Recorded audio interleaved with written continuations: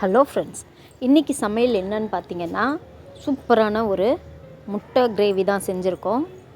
Chicken குழம்பு கூட தோற்று போயிடும், அந்தளவுக்கு டேஸ்ட்டாக இருக்கும் ஃப்ரெண்ட்ஸ். இது நான் சொல்கிற அளவுகளெல்லாம் கரெக்டாக வச்சு நான் சொல்கிற இன்க்ரீடியண்ட் எல்லாம் போட்டு நீங்கள் செஞ்சு பாருங்கள்.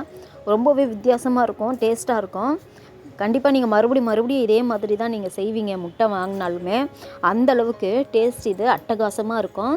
இது சாதத்தோடு வச்சு சாப்பிடும்போது, அதே மாதிரி பூரி, பொங்கல், இட்லி, தோசை இது எல்லாத்துக்குமே ஆப்டான ஒரு டிஷ்ஷு. வாங்க இதை எப்படி செய்யலான்றதை பார்க்கலாம். ஃபஸ்ட்டு நான் ஒரு 6 முட்டையை நல்லா தண்ணியில் வச்சுட்டு அடுப்பில் வச்சுருக்கேன்.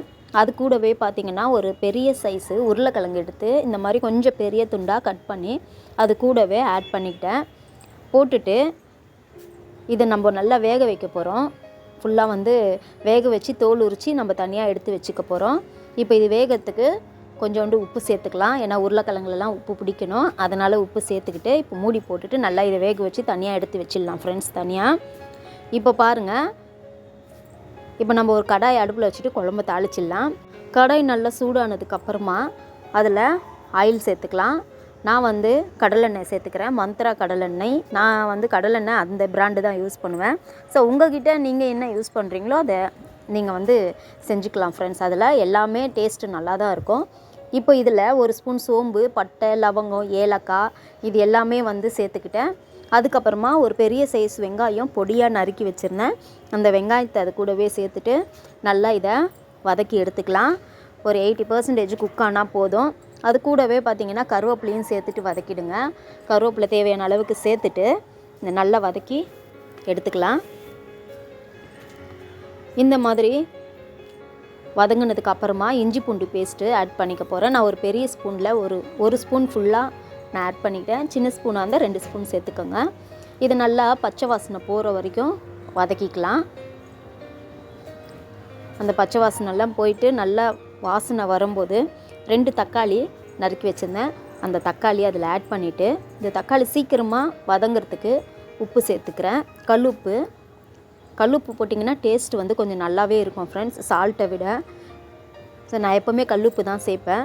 கல்லுப்பு சேர்த்ததுக்கப்புறமா இதை மூடி போட்டுட்டு இந்த தக்காளியை நல்லா குழஞ்சி வர வரைக்கும் ஒரு 5 நிமிஷம் நல்லா இந்த மாதிரி குழைய வேக வச்சு எடுத்துக்கலாம். அடுப்பை ஹை ஃபாஸ்ட்டாக வைக்காதீங்க, ஏன்னா இஞ்சி பூண்டு அடி பிடிக்க வாய்ப்பு இருக்குது. இப்போ நல்லா வதங்கினதுக்கப்புறமா மஞ்சப்பொடி சேர்த்துக்கிறேன்.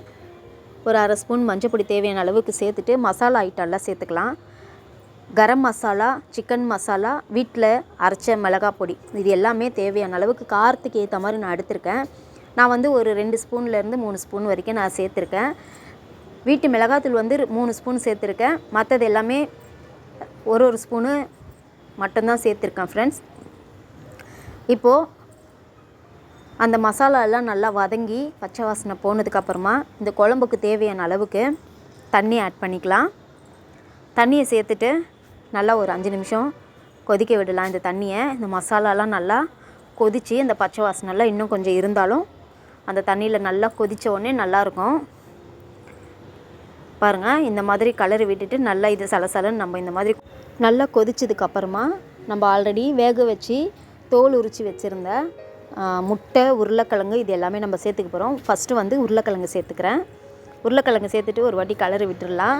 அதுக்கப்புறமா முட்டையை தோல் உரிச்சிட்டு அதில் பார்த்திங்கன்னா லைட்டாக கீரல் போட்டுக்கலாம். கத்தியால் 4 பக்கமும் கீரல் போட்டுக்கிட்டேன். உங்களுக்கு தெரியுதா என்னன்னு தெரியல எனக்கு, பட் ஆனால் நான் கீரல் போட்டுட்டு நான் அதில் சேர்த்துக்கிறேன். அப்போ தான் மசாலாலாம் உள்ளே போகும். இப்போ 6 முட்டையும் நம்ம அந்த குழம்புலையே போட்டுட்டு நல்லா மிக்ஸ் பண்ணி எடுத்துக்கலாம். நல்லா இது ஃபுல்லாகவே கலரி கொடுத்துருங்க. நல்லா அந்த கொதித்து அந்த உருளைக்கிழங்கு நல்லா இன்னும் கொஞ்சம் வேகட்டும். இப்போ உப்பு செக் பண்ணிக்கிறேன். உப்பு கம்மியாக இருந்துச்சு, அதனால் மறுபடியும் கொஞ்சம் உப்பு சேர்த்துக்கிட்டேன். இப்போ இந்த குழம்பு வேகிறதுக்குள்ளே கொதிக்கிறதுக்குள்ளே நம்ம மசாலா அரைச்சிட்டு வந்துடலாம். தேங்காயும் சீரகமும் நல்லா நைஸாக அரைச்சி ஃபைன் பேஸ்ட்டாக அரைச்சி அப்படியே ஊற்றிட்டேன். அதில் நீங்கள் வேணும்னா குறைன்னு அரைச்சிங்கன்னா ஃபில்ட்ரு பண்ணி சேர்த்துக்கோங்க. நான் ரொம்ப நைஸாக அரைச்சதுனால நான் அப்படியே ஆட் பண்ணிக்கிட்டேன். இப்போ தேங்காய் ஊற்றுனதுக்கப்புறமா மறுபடியும் நல்லா ஒரு வாட்டி கொதிக்கட்டும். இந்த மாதிரி கொதித்து வரும்போது தேவையான அளவுக்கு கொத்தமல்லியை தூவிடலாம். கொத்தமல்லியை தூவிட்டோன்னா ஆல்மோஸ்ட் நம்மளுக்கு இந்த கிரேவி ரெடி ஆகிடுச்சு. நான் முன்னமே சொன்ன மாதிரி எல்லா டிஷ்ஷுக்குமே இது ஒரு சூப்பரான ஒரு குழம்புன்னு தான் சொல்ல முடியும். குருமா குழம்பு மாதிரியும் இருக்கும், அதே நேரத்தில் கறி குழம்பு மாதிரியும் இருக்கும் ஃப்ரெண்ட்ஸ். கண்டிப்பாக நீங்கள் ஒரு தடவை ட்ரை பண்ணி பாருங்கள். அதுக்கப்புறமா எனக்கு கமெண்ட் பண்ணுங்கள். நீங்கள் செஞ்சு பார்த்துட்டு டேஸ்ட்டு வந்ததுக்கப்புறமா என் சேனலுக்கு சப்போர்ட் பண்ணுங்கள் ஃப்ரெண்ட்ஸ். சப்ஸ்கிரைப் பண்ண மறந்துடாதீங்க. இப்போ ஆல்மோஸ்ட்டு எல்லாமே ரெடி ஆகிடுச்சு ஃப்ரெண்ட்ஸ். இப்போது நம்ம இறக்கிட வேண்டியது தான். கொஞ்சம் ஆறுனதுக்கப்புறமா திக்காக இருக்கிற மாதிரி இருக்கும். இப்போ உங்களுக்கு பார்க்குறதுக்கு கொஞ்சம் தண்ணியாக இருக்கிற மாதிரி இருக்கும் ஃப்ரெண்ட்ஸ். மறுபடியும் இதே மாதிரி இன்னொரு இன்ட்ரெஸ்டிங்கான சமையலில் உங்களை வந்து மீட் பண்ணுறேன். வீடியோவை ஃபஸ்ட் டைம் பார்க்குற மாதிரி இருந்தீங்கன்னா சேனலுக்கு சப்ஸ்கிரைப் பண்ணுங்கள், லைக் பண்ணுங்கள், உங்கள் ஃப்ரெண்ட்ஸ் அண்ட் ஃபேமிலிக்கு ஷேர் பண்ணி விடுங்க ஃப்ரெண்ட்ஸ். ஓகே ஃப்ரெண்ட்ஸ், மறுபடியும் அடுத்த வீடியோவில் சந்திக்கிறேன். பாய். தேங்க்ஸ் ஃபார் வாட்சிங்.